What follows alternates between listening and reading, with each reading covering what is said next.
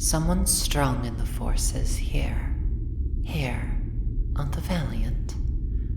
And yet, their mind gives away all their plans so easily. They are an aspiring young Force user, with dreams of becoming a Jedi Knight. The poor girl. She has little idea of what she's getting into. I must find her before it's too late. You, stay here. You and you. Monitor all TIE fighters in flight and order them to land here. The TIE fighters that are here are to be grounded until further notice. Understood? Good. She cannot be allowed to leave this station. Not with what I know now. I must find her. This way. She must not know that I can tap into her thoughts. They're floating all about. Disorganized. But I can see her. She's disguised. Clever. Disguised as a stormtrooper. She's nervous. Oh dear. It's you. Former Master. I take it that you are here to delay me. Nothing more. Nervous, are we? Nervous is natural. Something you never understood. You Jedi never do.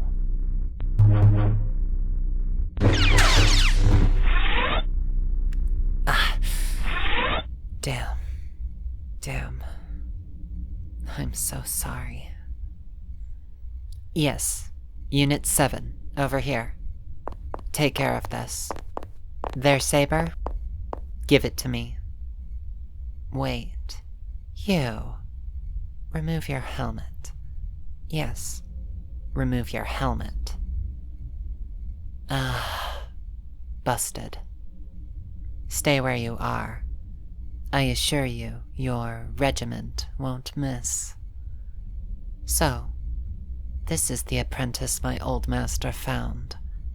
Young and aspiring. Follow me. Unit 7, you will escort us to the bridge. After we arrive, I want you to locate your missing member.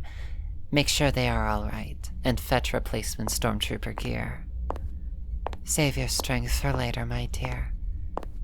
Breathe slowly. Hyperventilating will not help you right now. Your emotions are turbulent, and turned mostly to hatred and loathing. That will not do. Breathe. Why am I telling you to do that? To get you to calm down. Trust me when I say this. We just saved you from something terrible. Someone terrible. Here we go. Evil empire, controlled by the Sith in order to do evil and terrible things. Yes, I've heard this story many times before you.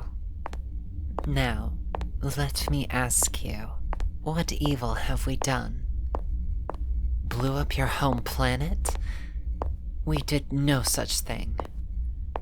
What happened to your planet was a tragedy, to be sure. No, we did everything in our power to save it. We were too late. That, however, is a story for a different time. Right now, we go to the bridge. I'll be taking you directly to my quarters. This is going to be a rough day for you, dear. And I'm sorry. I'm so sorry. At ease. Just taking a trespasser to my quarters for debriefing. Unit 7, you are dismissed, and you have your orders. Girl, come with me. Yes, these are my quarters. You look confused. Sit wherever you please. Don't bother trying to exit my quarters. The door's locked, and I can tell if you attempt to open it using the Force. Yes, I'm Force sensitive myself. It was how I was able to locate you so easily, though I was unable to do so with the Jedi intruder. Now then, I want you to tell me why you've come here. Will you do that for me, dear? Your friends are being taken care of as we speak. They will not be harmed, they will just be detained. Much like you are now, as a matter of fact. So, will you tell me? Right. You've come here in order to take control of this Imperial destroyer, the Valiant. Did the Jedi tell you why they targeted this destroyer? Yes, because it contains information, as most of them do. This one contains information regarding weapons research and carries prototypes on board, including the first mass-produced lightsabers to be constructed. Now tell me, why would someone reasonable talk an untrained, Force-sensitive person like yourself onto such a dangerous mission? I'll tell you why. It's because if you made it out alive, you would be trained in the ways of the Jedi. And if you failed, you would have made for an excellent decoy while they escaped. There was no way that 5 people would be able to pilot such a massive vessel on their own. It requires a crew of hundreds at least. My dear, breathe. Now we need to get around this story you've been told, that we've destroyed your homeworld. Knowing him, he told you that. He did. Of course he did. We did not destroy it. We failed to save it. There's a meteor inbound. We were the closest ship to it. We tried to target it, but our weapons system had utterly failed, due to the Valiant having been retrofitted only the day before. Several systems failed. The meteor made landfall, and the planet was reduced to dust and echoes. Feeling the disturbance in the Force was like a punch in the gut. I will never forget that day, the day I failed to save them. Of course, the Jedi saw it as us simply standing by, and some have even circulated the story that we had destroyed the planet with our weapon systems. No destroyer has that capability, let alone the Valiant.